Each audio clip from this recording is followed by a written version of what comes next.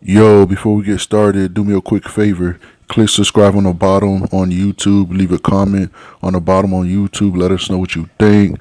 And also follow us on Spotify, Apple Music, Anchor, and everywhere podcast is available and on Facebook and Instagram. Yo.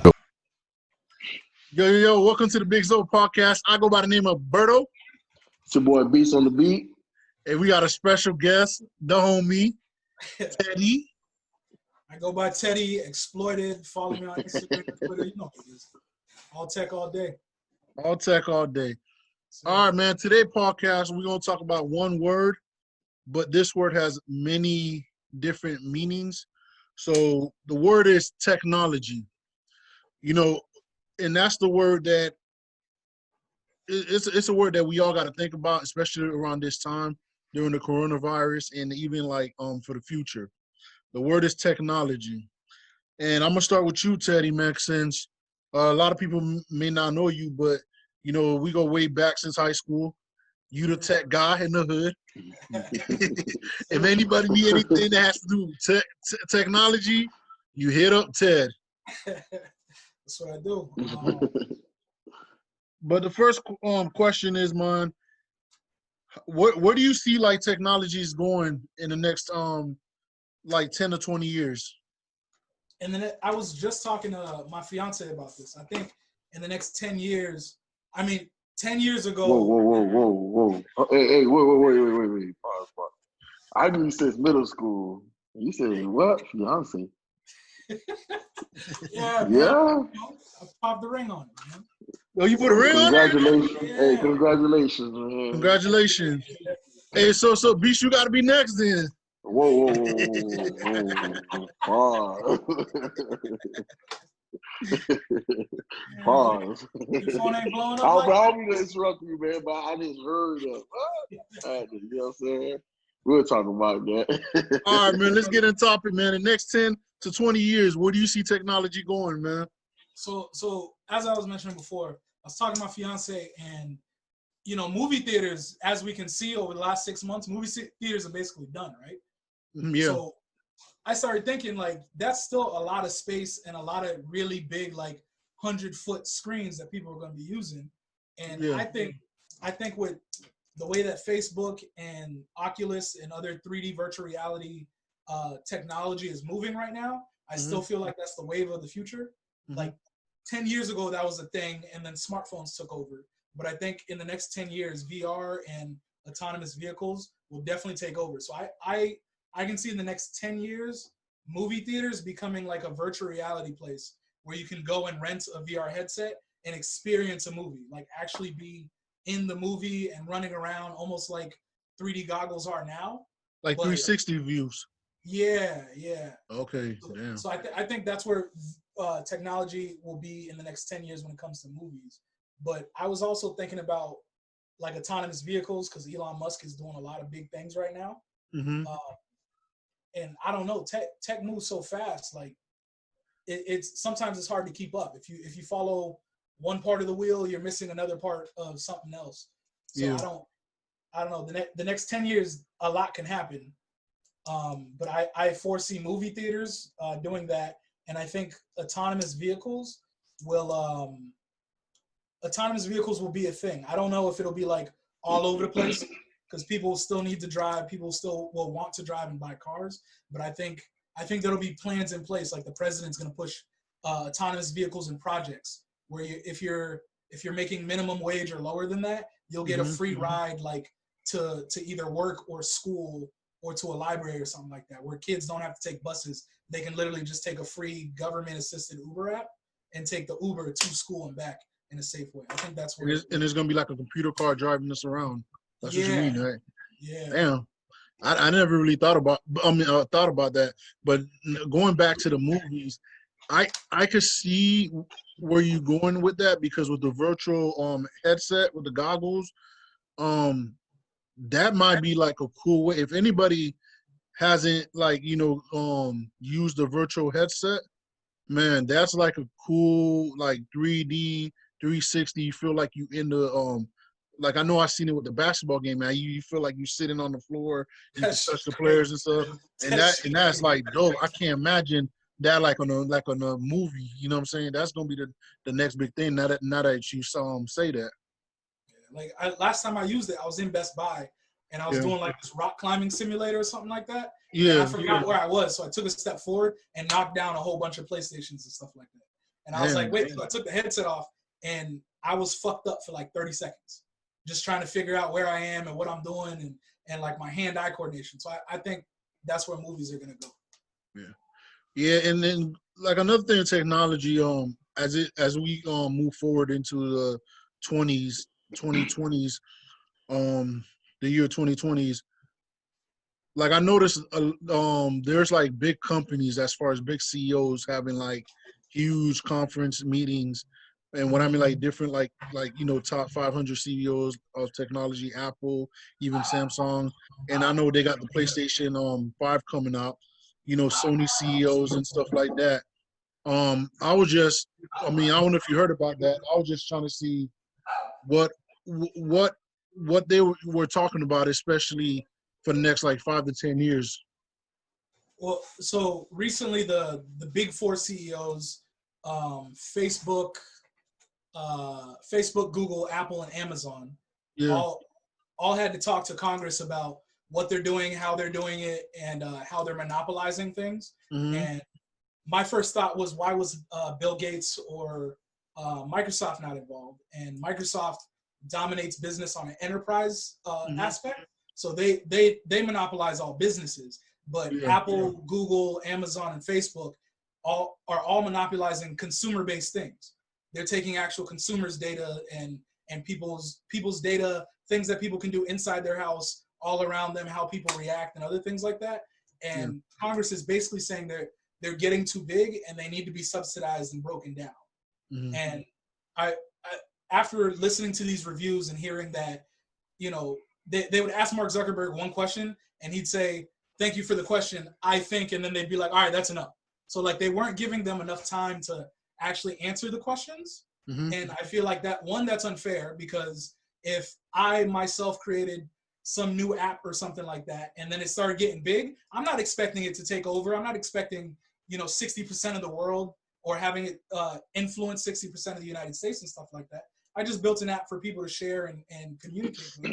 But I do think regulation should be in place, because 100 years ago, Rockefeller used to own oil and he monopolized oil, and all these other small oil companies were either Yeah. being bought out or were being desecrated because Yeah. Rockefeller owned so much oil. So if the government didn't come in and say, "Hey, this needs to be broken down into multiple different companies," Rockefeller would still be running oil, and America would be way different than it is right now. So I think these what they're doing with Facebook and all this other stuff is the same thing that they're doing with oil. They're just saying, we don't want you to monopolize, because we've already seen the 2016 elections, and Hmm. there's talk about Russians hacking the elections and other things like that. Yeah. Twitter has become your modern day newspaper. I haven't gotten an actual newspaper in I think 10 years. So when I Hmm. wake up in the morning, I check Twitter for local things, for COVID things, for news and stuff like that. And I think that these companies are doing great things, but they don't know um, how big they've gotten. So they Hmm. need to get checked sometimes. Sometimes they need to get their ego checked. They need to be told like, "Hey, let's calm down. Let's slow down a little bit and make it fair for everybody." And Yeah, one let me. thing I seen, I don't know, because I had a homeboy that hit me up and said, and this was like a few months back. He said, especially with Facebook, and now that you brought out the Russia, as far as like interfering with the election in 2016 election, he said, on Facebook, he said, put on your Facebook page, you do not give Facebook permission to use anything on your private page against you if you go to court. Now, I mean, I'm not doing anything, illegal, but I end up putting that anyway. But it just, now that you brought it up, it just made me wondering, like, especially with the whole PlayStation, and because I don't know if you've seen PlayStation, they want the new PlayStation 5, they want us to use the cameras more often. They're trying to use it more cameras. And also when you have Facebook using the cameras for go Facebook live or just monitoring our Facebook page, I just feel like the whole social media and technology, it's a way that they're gonna start spying on us as just like regular United States citizen. Right.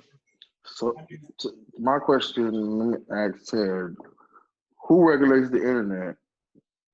who regulates the internet? Right.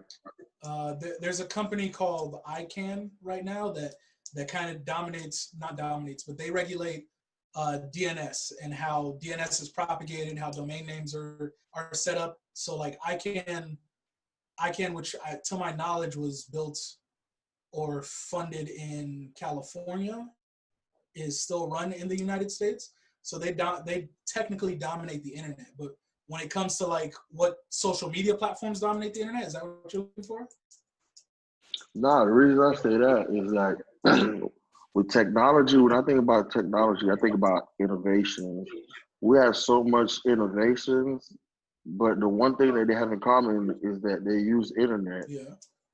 So with that, I feel like that's a form of control. If we're so used to our phones or our kids are used to these gadgets and stuff, what if they take the, you know what I'm saying?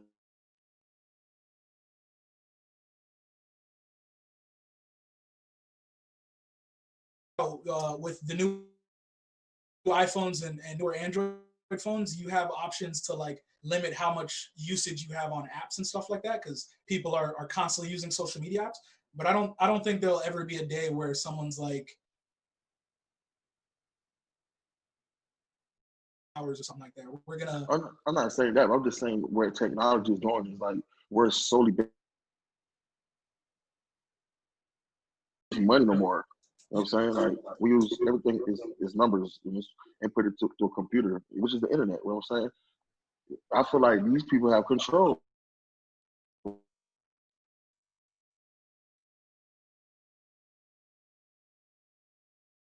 Hey, you guys can hear me?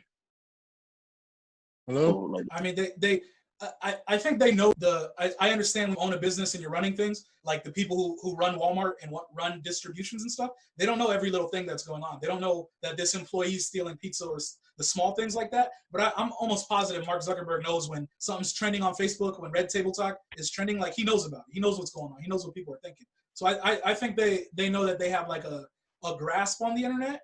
They're just oblivious to the fact that like, oh, it's not that big, it's not that important, it's not that serious.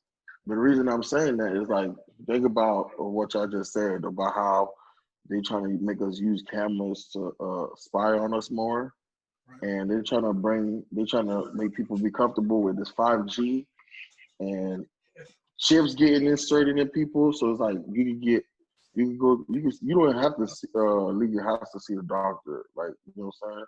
Like, you see the doctor through 5G. You know what I'm saying? That's some That's some crazy serious ass, shit. That's some right? And serious so, shit. and I'm And just they saying can have surgeries. they can absolutely control us like that. You know what I'm saying? Like now we're depending on our cash in it, our books that we read. You know, people don't read books no more. The TV, you know what I'm saying? Everything is going through the internet now. Even with cable, like most people who got cable, they got just internet with the cable. Yep. You know what I'm saying? That And they that do goes it. back to what Berto was asking about where technology is going in 10 years. I think in 20 years there'll be a way where we can sell our digital souls online. So like And that's my point. I'm trying to make. We will be so embedded in this shit. It's like now they're gonna be like, okay, now you guys gotta like we're slaves to this shit now, yeah, basically. oh yeah. And it's like I think it's bad for our future, especially for the kids that's growing up, the ones that grew up on tablets. You know what I'm saying? We can see during the pandemic now how crazy they are over these gadgets. We can go outside and play, but it's like they're gonna be solely stuck on the internet and be able to use the internet. And I feel like they can be regulated, or they can regulate us.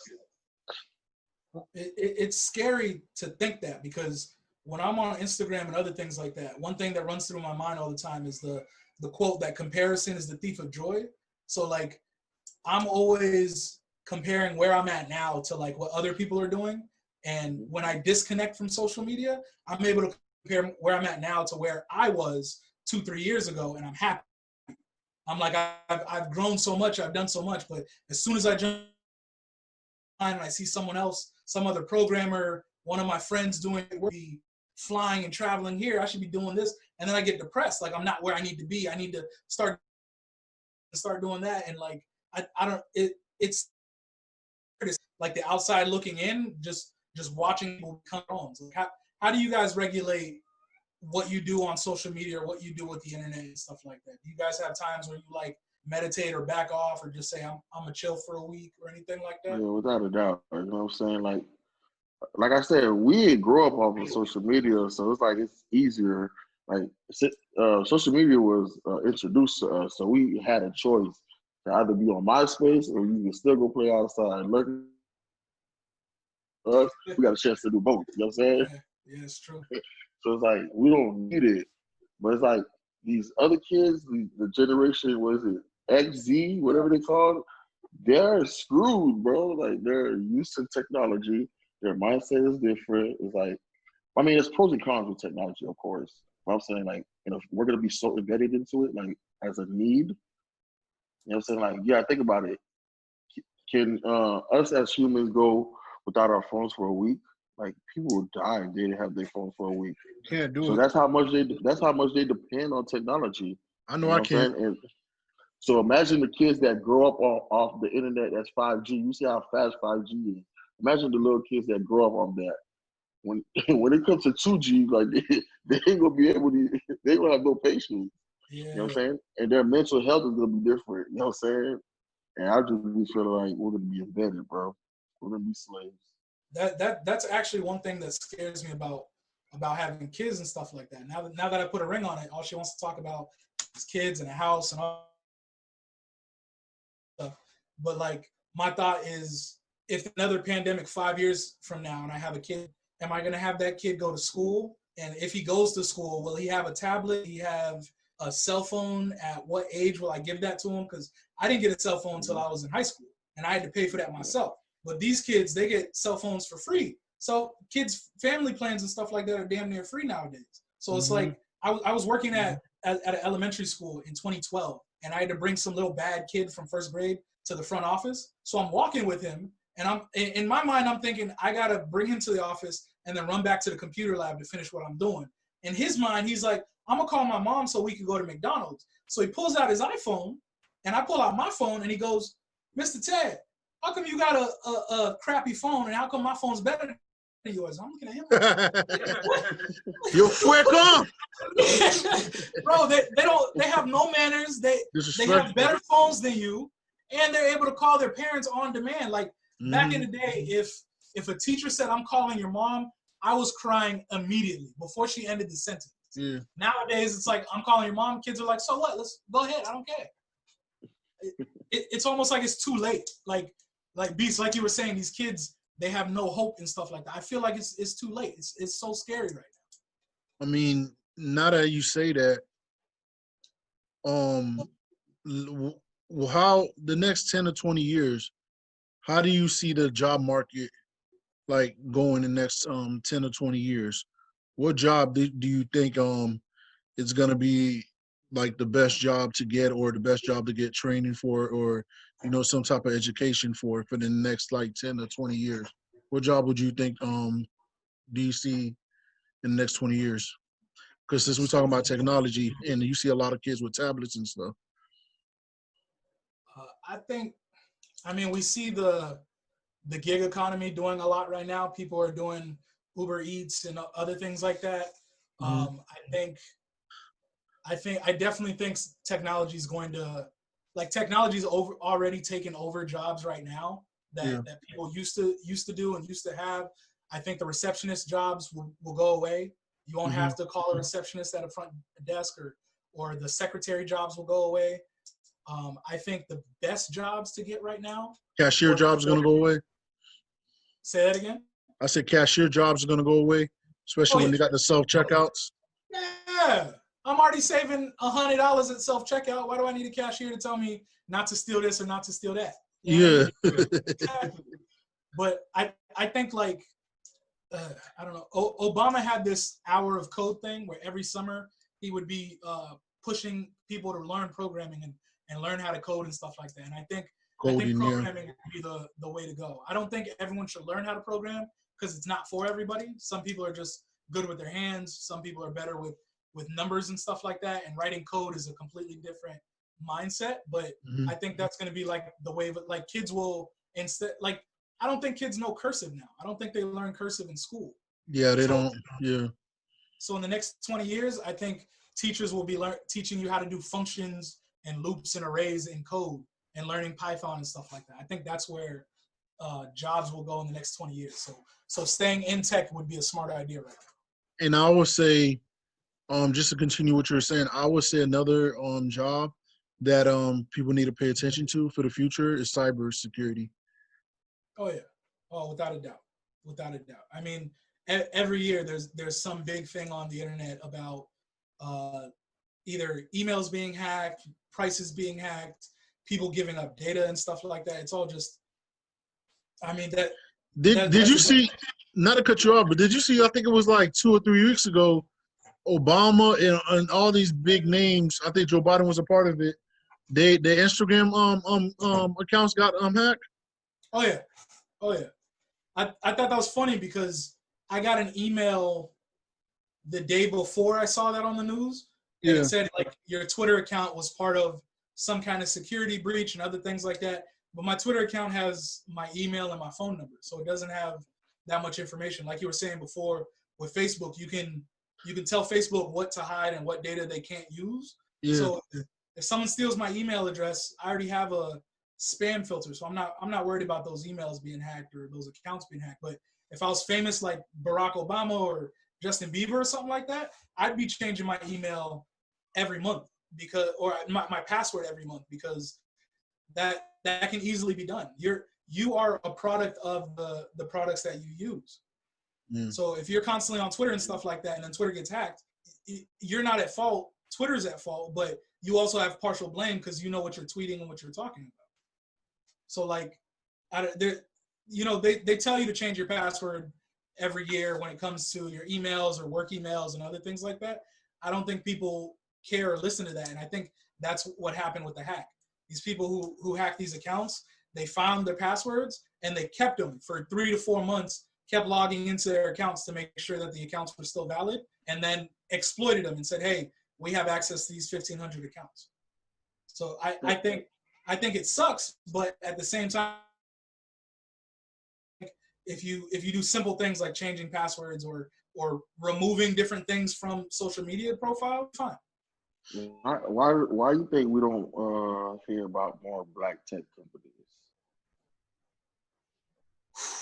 That's a good question. I think it's because we've been systematically programmed to not share the things we do. I'm talking about America in general because if you go to South Africa, they probably have a different methodology about everything. But um, back in the day, as slaves, we would hide the different things we did. We would get creative with the ways we ate food or fed our families and other things like that.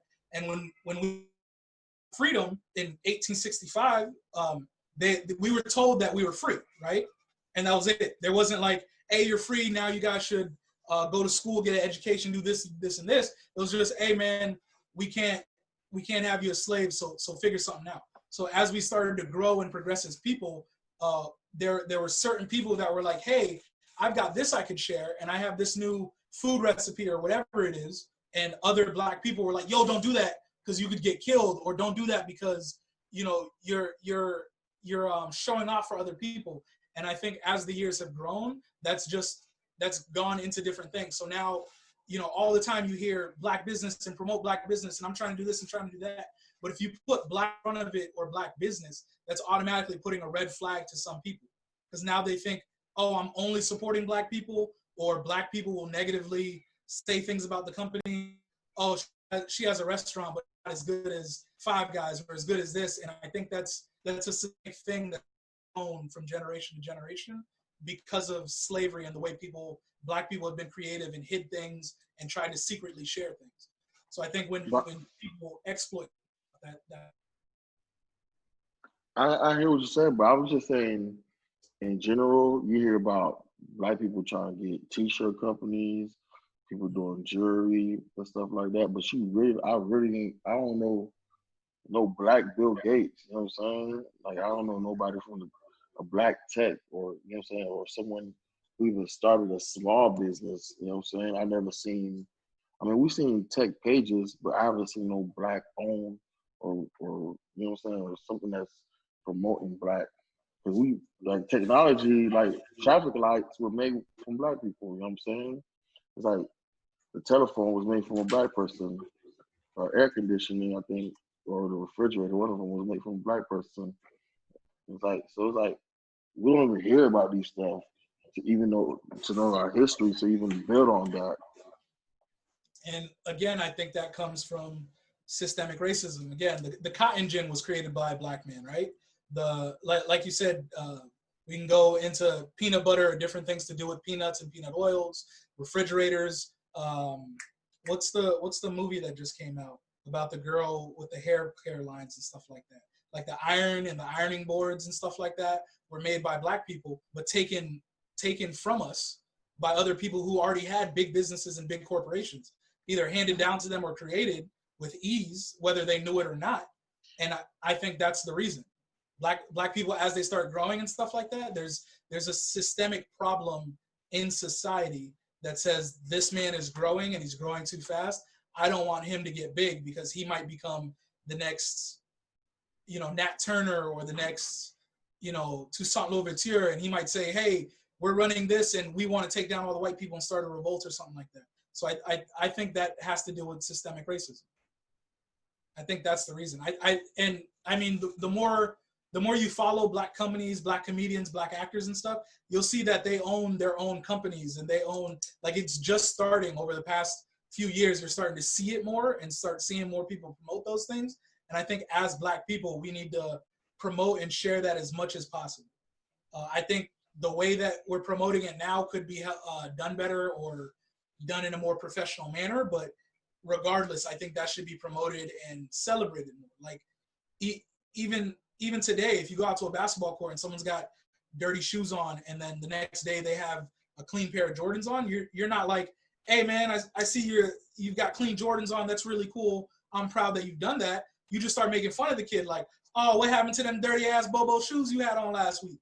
So I think there's a cultural shift that's happening and that just needs to continue to happen. I don't know if we'll see that in our lifetimes though. Yeah. Since we with technology, just a different topic. VPN. How important is VPN, and can you tell the people what VPN is? Virtual private network is just a way of masking your internet connection and the packets and internet strings that you have that you're using from your computer to the World Wide Web. VPN can be used for specific private meetings and securing things. I think it's important in its own right, but I don't think it's something that like everyone should have. I think it's something that everyone should know of. And if you're doing things like sharing private data, having a private conference, if this was a private business conference and we were sharing salary numbers, sales numbers, and other things like that, and you wanted to make sure it was a private video call, you would use a VPN tunnel or VPN gateway to mask the internet connection, to make sure that my video chat is only going to you and to Beast. But if we just had something public like we're doing now with Zoom without a VPN channel, then anyone who's hacked into Zoom's network can see active channels and connect to those active channels privately and then be able to hear what we're talking about. So VPN's just like a private way of having a conversation. All right. They're private. It's a private channel. I don't want to go into the definition and get too deep, but that's the layman's terms for it. Before we wrap it up, what are 3 things in your opinion that you think like the average person should focus on when it comes to technology in the next like probably 2 to 3 years? Understanding what technology does and how you use it. When I jumped into the tech world and started doing actual tech things, when I went from working at Cracker Barrel to working at Best Buy, at Best Buy, I tried to make sure that people were buying technology and understood why they were buying it. Like my mom to this day still doesn't know how to do a Zoom call, and she gets afraid that if she clicks something, a virus is going to happen. So I think there should be proper training there should be proper training on the technology you're using and how you use it. You should understand that this is a video sharing service, or this is a messaging program, so you could share messages and other things like that. Because a lot of people are paying top dollar just to learn that Microsoft Word is just for writing documents. I think that's important. I think understanding that computers are stupid. Like programs are built to do very specific functions and tasks. Facebook is a web application built to share public posts and to share opinions or videos and other things like that. It may or may not be recording what you say as you talk on your phone, stuff like that. Who knows? But it's used to share those things. So you shouldn't be afraid to use technology. So when something new comes out, whether it be TikTok or a new social media app, you should understand this is a social media app. TikTok isn't something that I have to jump to, I have to learn, and I'm getting overwhelmed and stuff like that. You shouldn't be afraid of tech. You should understand, well, okay, Instagram's used for sharing pictures, Twitter's used for blogging and news, Facebook's used for sharing, Snapchat is used for sharing quick stories and stuff like that. You shouldn't think of it as like, this is a virus, can I download it on my phone? I'm not sure what it is. So removing the fear from using tech, understanding tech more, and utilizing tech to your advantage. Like a lot of people are still very stubborn, or still, they only want to use cash. They want cash only and stuff like that.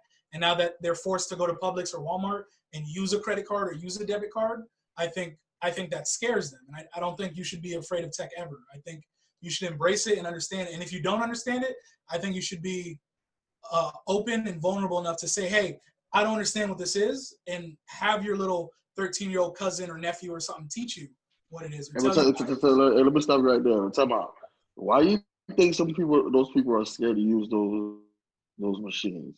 Because they don't know. Some of them know, but some of them are thinking like I was thinking about how this shit can be fucked up. You know what I'm saying? And like you said, you have to go to your 13-year-old, someone who already grew up in it, to make you comfortable using it. That's what I'm trying to tell you, but I don't know about this, man.